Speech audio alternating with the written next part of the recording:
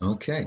What I want you to notice in the previous video is the process of checking our data against the comparison sets can be very tedious if you're doing it county by county, data point by data point.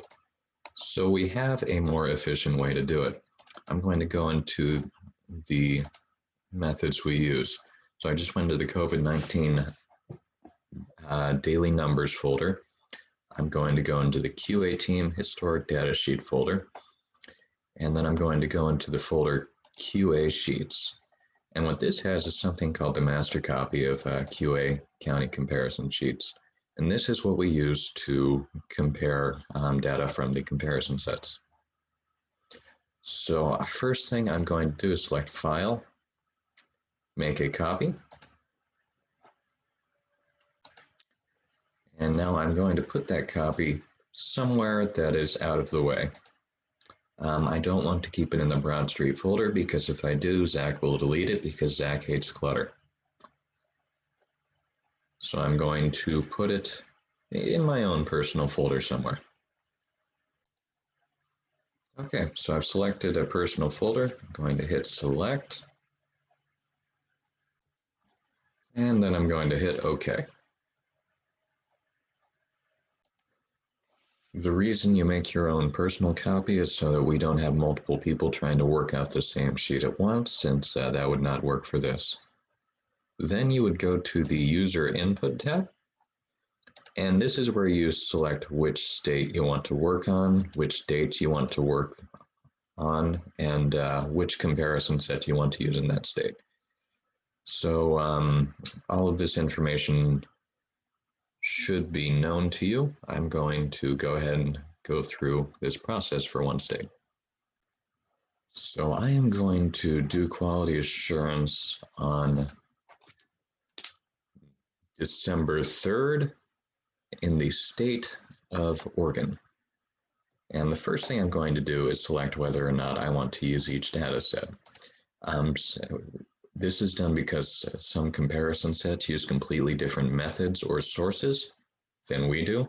And this necessitates not using those comparison sets because it doesn't make sense to compare our data to them if they're using, if we know for a fact they're going to disagree with us. So in the case of Oregon, all of the comparison sets tend to use the state website, which is what we do as well. So I'm going to make sure that I've selected yes in each of these. Next thing I'm going to do is select the date, December 3rd. And I'm lazy, so I'm going to go ahead and copy and paste that in here. Then I'm going to select the state I want to use in the top row. I'm going to use the drop-down menu to scroll down and select Oregon. And you're going to notice that these autofill. And then in the second tab, it's going to show our results. So what this does is it outputs what Broad Street says, what Johns Hopkins University says, what the New York Times says, and what USA Facts says in each individual comparison set.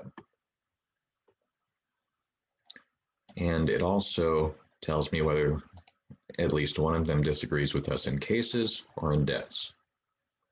And it automatically generates comments based on that. Now, quality assurance should should use every single one of these comments and transfer them onto the spreadsheet. So first thing I'm going to do is comment on the state total in Oregon on the 3rd.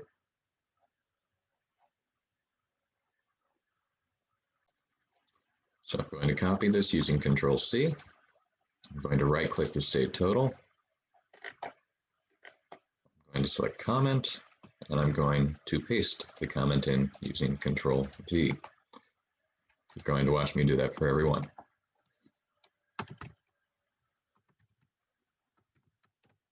You can use Control-Alt-M to open up comments, which kind of speeds the process up a bit. So then I'm going to go down to Clackamas County and comment on the deaths here. I'll go down to Mahler County, comment on the cases there.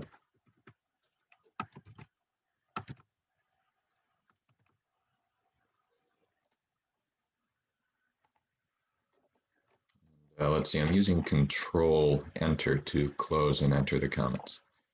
Now I have commented on every discrepancy, and the next thing we would do is look at the discrepancies to see which ones we think are due to data entry errors and need to be corrected, and which ones we think are just due to minor variance. There are other tables there's on this spreadsheet that you should not change. And what happens if I were to decide not to use a comparison set is these comments would not be generated for that comparison set, and it would stop pulling that data. So if I decided not to use the New York Times, for example, I selected no here, then it just makes it so the New York Times data is identical to ours, and any comments generated here would not reference the New York Times. Let's see, the discrepancies were due to the New York Times, so I'll go ahead and say I'm not using USA Facts. Now you see the same comments generated, but they no longer reference what the data that was in USA Facts. That's the basics of how these work. They should make life a little bit easier on you, and feel free to reach out if you have any questions. We've added some documentation, and I'm always happy to go over these a little bit more.